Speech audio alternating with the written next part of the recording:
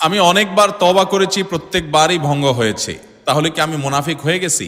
না ভাই, তওবা হওয়ার পর তওবা ভেঙে যাওয়াটা অস্বাভাবিক নয়। আপনারা খুশি হবেন শুনে, আমাদের রব আল্লাহ রাব্বুল আলামিনের একটা গুণবাচক নাম হলো তাওয়াব।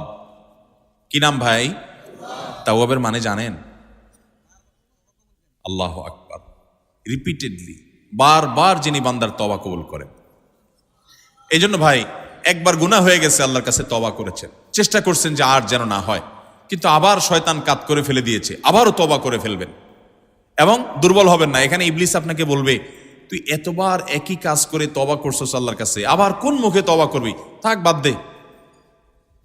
আপনার তওবা থেকে দূরে সরাবে। এটা হলো শয়তানের সবচেয়ে বড় অস্ত্র। কখনো নিরাশ হওয়া যাবে না। তওবা আগের বারের চাইতে পরের বারটা আরো স্ট্রং করবেন, যে ঠিক আছে আগের বারটা তওবা আমি দুর্বল ছিল, এটাকে আরো স্ট্রং করব, চেষ্টা করবো না ইনশাআল্লাহ। তাহলে তওবা বারবার করতে হবে, বারবার করতে হবে। ভেঙে গেলে আরো শক্ত হার্ডলি তওবা করতে হবে, নিজের প্রতি নিজে শাসন চালাতে হবে, এভাবে ইনশাআল্লাহ সামনে আগাইতে হবে।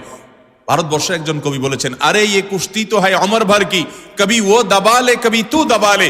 ইবলিসের সাথে তোমার লড়াই তো সারা জীবনের। কখনো ইবলিস তোমাকে কাত করে ফেলে দিবে, তোমার দ্বারা গুনাহ করায় ফেলবে, আবার কখনো চোখের পানি ফেলে কেঁদে কেটে আল্লাহর কাছে একান্তে।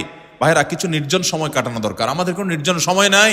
নির্জন সময় হলে ওই মোবাইলে আমরা ঢুকে পড়ি, মোবাইল টোবাইল বন্ধ করে ফেলে দিনে রাতে 24 ঘন্টার ভিতরে 5 ওয়াক্ত নামাজের পরে আগে যে কোনো সময় অন্তত 2-4-5টা মিনিট একটু চিন্তা ভাবনা করবেন, একটু নিজের হিসাব মিলাবেন, আল্লাহর সাথে কথা বলবেন।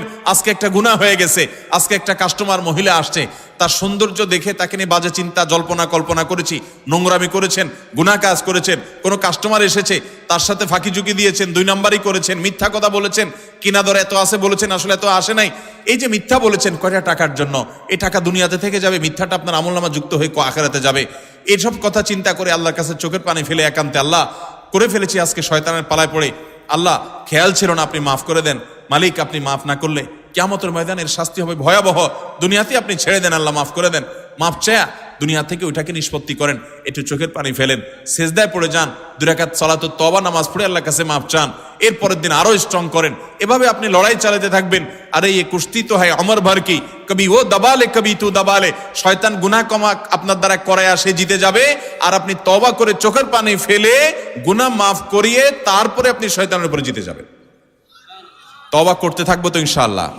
তওবা করতে কখনো ক্লান্ত হবেন, তওবা অব্যাহত রাখবেন, অনবরত রাখবেন। দুনিয়াতে কোনো ফেরেশতা মানুষ নাই, সবাই গুনাহ করে।